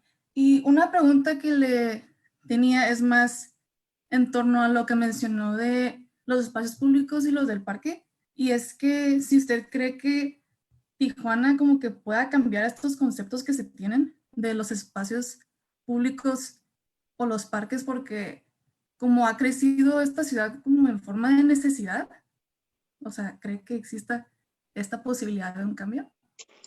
Ok, bueno, habría que hacer un consenso y una charla muy relajada de cómo vamos a definir espacio público, ¿no? Y yo siempre recomiendo que no se casen con la definición de espacio público que encuentren. Hay millones de formas de entender la palabra espacio público. Y también hay muchas otras, ahí les va. Hay muchas otras palabras que pueden mejor describir lo que en su cabeza es espacio público, ¿ok? Entonces, por ejemplo, en el caso del espacio público, como nos enseñan, como decimos, es por algo. El espacio público en escuelas de arquitectura es por algo, no es casualidad. Es porque desde el 2016 se publicó la Ley General de Asentamientos Humanos, Ordenamiento Territorial y Desarrollo Urbano, la cual tuvo influencia en las escuelas de arquitectura públicas de arquitectura y de urbanismo, porque fueron las dos disciplinas que cacharon el concepto que viene en la ley. No la cachan tanto otras disciplinas, la medicina no la cachó, la química no la cachó la arquitectura y la licenciatura en urbanismo. Un poquito también el derecho, pero y la sociología y la antropología, pero principalmente esas dos. Entonces dicen, por ejemplo, México, ¿no? ¿Por qué? Porque Tijuana, queramos o no, forma parte de México, ¿no? Entonces va a requerir actuar dentro de un marco institucional existente, ¿no? Que también es una jaula que se puede cuestionar, ¿eh? No es tampoco determinante. Entonces, este espacio público, como se define en la ley, tiene una intención o tiene un mensaje o tiene una política y una biopolítica de poder ejercer el recurso público prioritariamente en aquello que es de uso común. O sea, el punto del espacio público desde la ley general es que se puedan hacer obras y que se puedan hacer gestiones de los espacios y de la movilidad y demás en aquellas áreas que son de uso común para, ahí les va, ustedes dijeran, wow, qué padre, qué socialista, qué progresista, ¿no? El espacio público. No, es al revés, es para facilitar más y dejar más en paz al mercado. La Ley General de Asentamientos Humanos hace que nos concentremos más en el espacio de uso común y dejemos fuera de, que chequemos menos y estemos imponiendo menos restricciones al mercado en el sector privado. Plot twist. Entonces decíamos, órale, la Ley General va a generar espacios públicos y demás. Sí, claro que sí, dejando libre al mercado. Entonces, ustedes revisan la Ley General de Asentamientos Humanos, lo que dice es, ahora se vale la altura que sea, no pongan cajones de estacionamiento, no pongan restricciones al mercado, dejen que todos los usos se permitan, no pasa nada si se combina un uso con el otro. Pero el espacio público sí hay que estar chidos, ¿no? Entonces, es como algo que no es casualidad, ¿no? Por eso en arquitectura empezamos a hablar de espacio público de un tiempo para acá, porque empezaron a decirnos, vete para allá, ya deja en paz a los desarrolladores, vete a hacer parques y vete a hacer banquetas y vete a hacer ciclovías. Entonces, bueno, vamos a seguir el juego, ¿ok? Vamos a seguir el juego. Vamos a decir, órale, ok, está bien. Quiero dejar en paz a los desarrolladores, quiero hacer mejores espacios públicos para Tijuana, ¿no? Quiero hacer un proyecto de eso, ¿no? Pues me tengo que encontrar con diferentes cuestiones. La ciudad de Tijuana está trazada, está construida rebasada del diseño de la ciudad, rebasada del diseño del canal. El eje rector del diseño, no de la planeación urbana, del diseño de la ciudad, siempre ha sido el canal. El canal es el que ha hecho que crezca la ciudad. ¿Por qué? Porque se urbaniza la primera etapa y se quita la gente y se crea la zona río. Se urbaniza la segunda etapa y ocurre un proceso similar, luego la tercera, luego la mar, etc. Entonces, el tema es que todo lo que se ha construido por la propiedad privada, por el sector privado o en la propiedad privada, en la zona privativa, ha sido en diferentes grados de zonas de riesgo de aptitudes físicas. Entonces, para Tijuana, las dos prioridades de espacio público son su columna vertebral original, que es el río, y todas aquellas zonas que son áreas de riesgo. Todas las zonas donde la urbanización es, como se da, como se ejecuta, es una violación a los derechos humanos. O sea, ahí donde hay cerros, donde hay arroyos, donde hay zonas que no tienen, que no deberían de construirse, que lo único que estamos haciendo es permitir que las personas pobres arriesguen sus vidas, porque el mercado está en su rollo y no está generando vivienda asequible. El 98, y esto los puedo decir con todo conocimiento de causa, yo firmé 80 estudios de impacto urbano en Tijuana en 2018 y 2019. No, el 95% de los edificios, 96, son de 1.8 millones de pesos para arriba, o de 2 o de 2.5 millones de pesos para arriba. Nadie está construyendo para el 90% de la demanda, que son viviendas de 400,000 pesos. Es decir, el 90% de la gente quiere comprar, le alcanza para comprar una vivienda con 400,000 pesos. Entonces, hay que hacer algo con el tema de la vivienda, pero también hay que recapturar, hay que posicionar aquello que es ilegal, que es no ético, que se siga ocupando de manera urgente, y de repente vamos a tener una cantidad impresionante de hectáreas que pueden ser espacios públicos dentro de la lógica, dentro del juego que le estamos siguiendo a la ley general y a las normas de espacios públicos que se nos han impuesto, ¿no? Entonces, las columnas vertebrales y algunas zonas no urbanizables son nuestros espacios públicos prioritarios, que ahorita son invasiones, basureros, picaderos, rellenos improvisados, sitios para disposición de residuos de la construcción de manera ilegal o simplemente no lugares. Bueno, y aparte de la calle, que la calle se nos olvida que también es el espacio público por excelencia, ¿no? Gracias, Alex. Muchas Pues gracias. yo también tengo una, pero bueno, yo ya he escuchado tu postura en esto, bueno, ya tengo más tiempo, ya te he escuchado hablar del tema, pero estaría cool que lo platicaras a los demás, de tu opinión sobre las tecnologías como emergentes, por ejemplo, la inteligencia artificial, regresando a la analogía que hiciste en la canasta de los huevos, ¿no? ¿Qué pasa si la canasta se la das a una inteligencia no humana, ¿no? ¿Qué es lo que pasa con los sesgos que están como ya metidos en... Digo, obviamente ya sé que entras en la paradoja de que el sesgo pues lo tiene quien programa pero igual estaría cool que nos dijeras, porque pues no sé, es un tema cool a desarrollar. No, pues está padre la pregunta. Bueno, en mi caso, no sé qué te dije en su momento, te voy a decir otra cosa diferente ahorita, porque somos 31 Alex, cada cumpleaños nace un nuevo Alex, una nueva personalidad, entonces vamos a ver qué te dice este Alex. Bueno, ahorita este Alex te va a decir esto. Si por inteligencia artificial nos estamos refiriendo a la tecnología de AI en proceso de desarrollo y que se nutre de machine learning y que se nutre de un proceso complejo que simplemente ahorra tiempo y energía para hacer un proceso repetitivo que ya se hace de manera industrial, si a eso le estamos definiendo como inteligencia artificial, pues sí, reitero, cuáles son los sesgos detrás de que inicia la inteligencia artificial y cuáles son las oportunidades para escapar de esos sesgos. Creo que vale la pena explorar tanto la fuerza que puedan tener unos sesgos como lo que también se puede abordar desde otras entidades que creen esas inteligencias artificiales, ¿no? Pero luego dijiste agentes no humanos y hay que recordar que agentes no humanos no necesariamente es inteligencia artificial. La inteligencia artificial a veces es como el Deus Ex Machina, ¿sabes? La inteligencia artificial es Deus Ex Machina, si se acuerdan, en Grecia, era la máquina que levantaba al personaje principal en las tragedias griegas y representaba a Dios llegando y cambiando la trama con magia.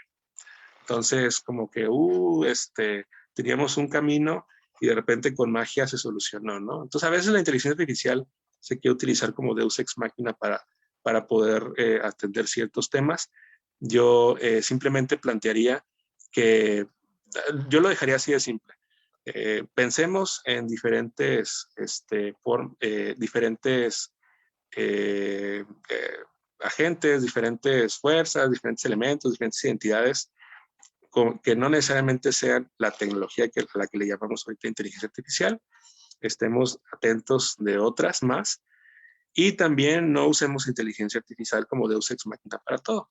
Vamos platicando a detalle, así como los espacios públicos, vamos platicando a detalle qué es inteligencia artificial y vamos también siendo conscientes si realmente en nuestra cabeza hay otra cosa que ahorita le decimos inteligencia artificial, pero que hay un concepto o hay un nombre que puede mejor nombrar esa cosa que tenemos en la cabeza, ¿no? Gracias, Alex. Tienes otra aquí en el chat. Esta es de Chantal. Dice, super charla, Alex. Muchas gracias por compartir tu conocimiento de manera tan auténtica. La manera de hablar de ciudades como estos sistemas complejos a veces resulta un poco abrumador y a escalas planetarias aún más. A tu perspectiva, ¿cómo podríamos contribuir al desarrollo y diseño efectivo para estos sistemas complejos, como desde nuestra área de estudiantes, próximos diseñadores y arquitectos se puede ser partícipes al afectar tanta complejidad, provocando nuevas maneras, nuevos medios, nuevas formas de crecer y llevar estos sistemas? Sí, de hecho la estoy releyendo porque me llamó la atención la segunda parte de la pregunta, hacer partícipes de afectar tanta complejidad. Sí, bueno, la verdad es que la complejidad, si aceptamos, porque también ustedes tampoco tienen que decir, sí, Alex, tienes razón, el mundo es complejo. Bueno, eso es como yo lo veo citando autores, citando mi perspectiva y como mi cerebro funciona, dice, la complejidad es algo que confirma ideas o sentimientos míos, ¿no? Pero bueno, vamos a suponer que ustedes están de acuerdo conmigo que existen sistemas complejos y que mucho de lo que nuestro actuar tiene responsabilidad o intención de modificar es complejidad o sistemas complejos, ¿no? Bueno, vamos estudiando. Yo lo que recomiendo es estudiar a fondo la complejidad. Estudiar a fondo la complejidad desde la ciencia, desde la filosofía, desde las matemáticas. y también estudiar lo opuesto a la complejidad, es decir, la simplicidad. Y estudiarla también desde todas las perspectivas, no nomás desde María Kondo, o sea, también desde las perspectivas de las matemáticas, de la filosofía, de las ciencias y demás. Entonces, ¿qué es simplicidad en términos de energía? ¿Qué es complejidad en términos de energía? ¿Qué es complejidad en términos de intercambio de información o de sistemas? ¿Qué es complejidad en tema de emergencias de propiedades no previstas? ¿Qué es simplicidad en relación con agentes atractores o con caos? Etcétera, ¿no? Entonces, estudiar un poquito más a fondo, leer, estudiar, preguntar, experimentar sobre todo. Experimentar es muy importante, experimentar es muy bonito. Y experimentar, a veces creemos que experimento es algo científico, pero en realidad experimentación puede ser escribir algo, agarrarte un día y escribir 2 páginas de algo y ver qué pasó, ¿no? Ver qué es lo que escribiste. Entonces, hacer experimentación también a ese nivel es algo que es muy recomendado sobre los temas de complejidad y de simplicidad. Y eso nos va a dar, como creo yo, nos va como a autocontestar posibles formas de aproximar la complejidad o la simplicidad. Gracias, Alex. A ti, Chantal. Gracias. Yo también tengo una duda. Bueno, primero que nada, gracias por la plática, se me hizo muy interesante y me gustó que los temas eran diferentes, pero iban entrelazados. Y algo que me llamó mucho la atención fue una de las primeras diapositivas que hablaba sobre los sesgos y ansiedades. Mi duda es, pues, ¿qué tanta importancia pueden llegar a tener los sesgos al momento de estar haciendo algún diseño? Muchísima, es inevitable diseñar sin sesgos. Los sesgos son algo tan triste y tan bonito a la vez. Yo prefiero asumirlos. Por ejemplo, hay un sesgo que se llama atribución. La atribución consiste en que tendemos a explicar las situaciones que nos ocurren a nosotros de manera positiva, cuando de la siguiente manera. Por ejemplo, si algo sale bien, es porque yo lo hice, es porque yo me lo gané. Si algo sale bien, es porque yo lo hice. Y si sale mal, es porque fue culpa de otros o de factores externos. Y al revés, cuando otras personas, que no soy yo, les va bien, es porque tuvieron suerte. Y cuando les va mal, es por güeyes. Entonces, el fenómeno de atribución está muy, muy, muy engranada en nuestra estructura, no diría neurológica, pero sí hasta cierto punto endocrina. Es un tipo de respuesta a la ansiedad. Entonces, es algo que está muy, muy imbuido en nosotros. Y a veces el diseño, y por el diseño arquitectónico que es un poquito de arrastrar el lápiz, de generar ideas, de hacer propuestas, no el diseño, digamos, más algorítmico, más por medio de otro tipo de herramientas, sino el diseño que se genera desde una perspectiva artística, desde una perspectiva experimental, en una escuela de arquitectura de primero, segundo, tercer semestre, que es lo que hacemos usualmente, es como un poquito más arte, más artesanía que ciencia. Es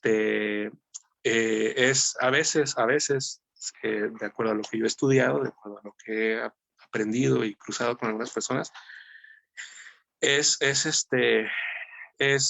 una forma de ansiedad y de miedo canalizada, simplemente canalizada. Es un miedo y una ansiedad que estás canalizando en tus manos y estás produciendo cosas que están respondiendo a sesgos tuyos. Entonces, por ejemplo, si tú tienes un gusto por alguna cuestión ordenada, te vas a inclinar a ciertas formas. Si tienes un gusto por el caos, te vas a inclinar a ciertas formas. Por ejemplo, en mis proyectos nunca fueron muy ortogonales. Para mí era difícil visualizar cuadrados y rectángulos, ¿no? Me es difícil aceptar cuadrados, rectángulos y formas ortogonales, ¿no?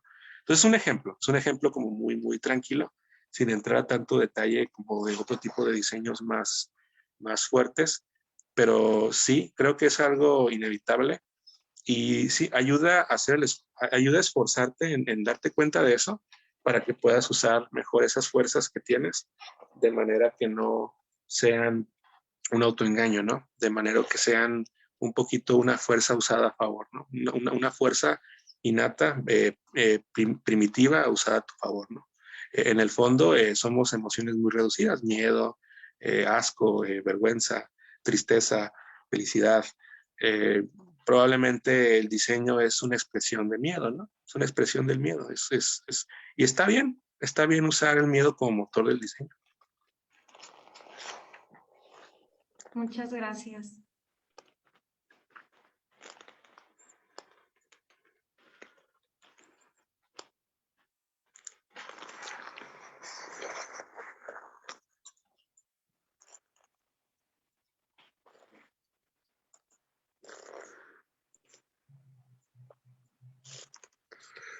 ¿Alguien más tiene alguna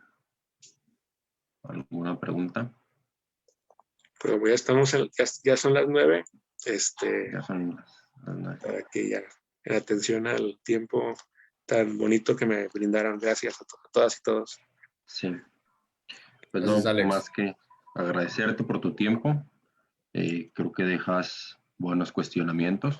Creo que es parte de lo interesante. Replantearnos muchas de las cosas que comúnmente a veces asumimos o damos por hecho. Entonces, creo que es muy, muy interesante. Y déjame paso a compartir pantalla para darte el reconocimiento.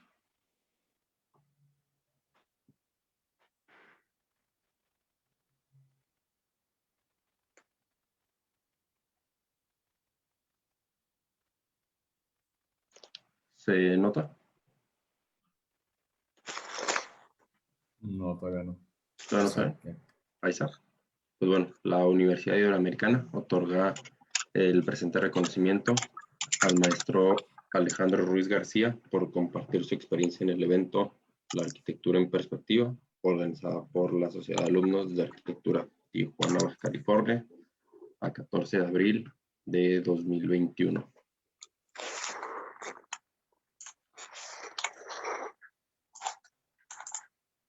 Muchísimas gracias. Te los hemos llegar y pues ahora sí que nuevamente gracias por tu tiempo, por brindarnos esta charla y pues nada, es eso. No sé si alguien tenga algo más antes de despedirnos. También aprovecho rápido el espacio para invitarlos el día viernes al foro con exalumnos. Por aquí andan algunos, que también va a estar muy interesante seguir con esta semana, ¿no? La arquitectura en perspectiva, y que nos podamos cuestionar un poco las cosas, ¿no? Gracias, Sergio. Te hago llegar la presentación para que con gusto la roles aquí en la pida. Muchas gracias. Gracias, Alex. Y gracias a todos por venir. Bye. Buenas noches, adiós.